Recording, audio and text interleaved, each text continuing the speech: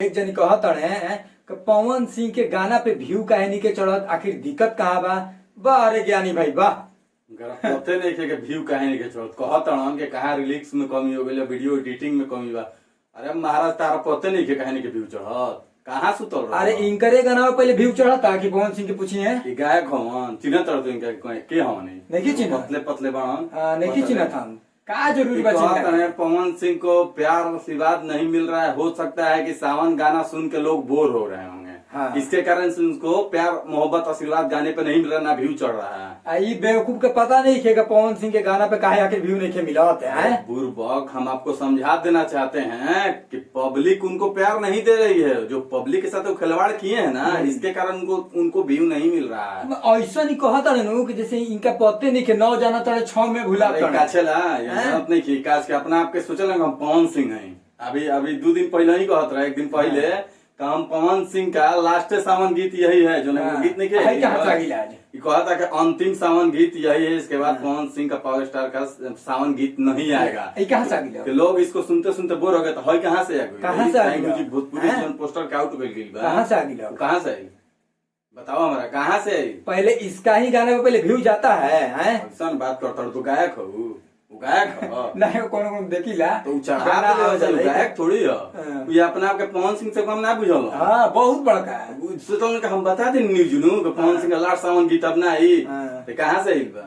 पवन सिंह तारा से कह के कहलन कि भैया 9 गो शूट भइल बा, चैनल से गाना आई अंतिम आई ना ढेर जानी के देखो बनू कि 1-2 बेर पवन सिंह सेल्फी ले का लिए नु अपना पवन सिंह समझ लगे बा। फोन लगई बनू जाई नु काता ना एतिम बाड़ी त का करत बरुआ में सुतले नु होकबो अब का करत होकबो हैं?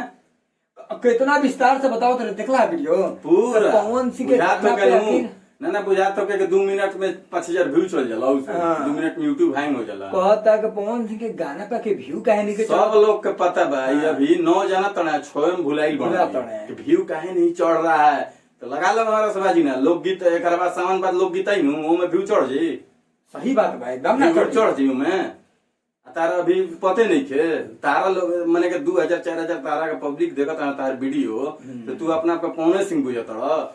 पब्लिक गुमराह मत कर भाई, पब्लिक जानत तड़े कि पब्लिक जानत तड़े कि व्यू काहे नहीं के जा ई हो जाना जानते बने कि काहे नहीं के लास्ट सावन गीत आ गया, कम से कम पूरा जानकारी रख लो तब जाके ऑडियंस को बताओ। ऑडियंस इतना बुर्बक नहीं, कहावत सुन ले बड़ा लजाई कनिया ढोणी समझ जा ना ढोणी छुए पूरा बता दो ढोणी छुए लजाई लेकर ढेणी छुए उहे हाल भयंकरा इनकरा जानकारी पवन सिंह से ना मिलल ना तो लंदन गेल बने बातचीत तो होत ना हुई। अरे 1-2 गो सेल्फी खिंचा ले पड़ता आपके पवन सिंह बुझो पवन सिंह का लेवल हवे ठीक बा, तो उनकरा नजर में तू तो ऑडियंस हो सही बात। फोटो खिंचाल उनकर पब्लिसिटी बढ़ गई, तू अपना आपके पवन सिंह मत बुझ नहीं अपना आपका पवन सिंह बुझ।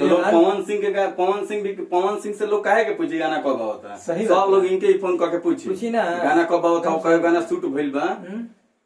ऐसे मत करो भाई, पब्लिक के गुमराह मत करो। कहत ना पक्के न्यूज देवे ना टाइम न्यूज भोजपुरी से जो मोशन पोस्टर रहते आउट भइल है कहां से गाना आ गइल। सही बात बा, ये रात शूट के लेंगे सामने मैंने कहत नहीं पब्लिक गुमराह मत करो। ये गाना आइल बा ये बोले बाबा शायद बाणन हुए तो माने 2 गो तारा से शूट हो गइल तो बस वही अंतिम गाना बा।